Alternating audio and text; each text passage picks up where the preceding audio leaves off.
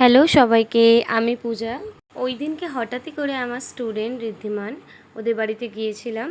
ওই দিন ছিল কোয়েলদি মানে ঋদ্ধিমানের মায়ের বার্থডে।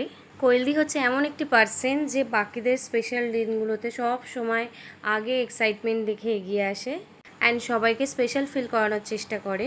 আমার কাছের মানুষদের মধ্যে একজন হলো কোয়েলদি। কোয়েলদি হচ্ছে অলওয়েজ অ্যাক্টিভ পার্সন, এমনকি নিজের বার্থডেতে বাকিদেরকে আপ্যায়ন করতে, খাওয়াতে এতই ব্যস্ত যে কথা বলার একদমই সময় ছিল না। তারপরে স্টার্টারে খেলাম টেস্টি টেস্টি মাংসের চপ।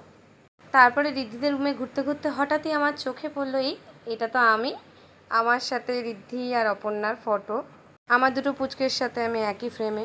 যেহেতু ক্লাস করি আমি ডিরেক্টলি ওদের বাড়ি গিয়েছিলাম। ডিনার করার টাইমও হয়ে গেছিলো, তাড়াতাড়ি বাড়ি ফিরতে হবে, সেই জন্য ডিনার সার্ভ করা হচ্ছে। আর ডিনারে ছিল টেস্টি টেস্টি ফ্রাইড রাইস আর চিকেন কষা, আরও অনেক কিছু ছিল, চাটনি, পাঁপড়, মিষ্টি, পায়েস।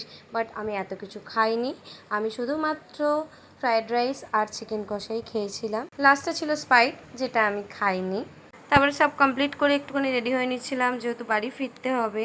এই ছিল আজকের মিনি ব্লগ। ভালো লাগলে অবশ্যই একটা লাইক আর কমেন্ট করে দিও। টাটা।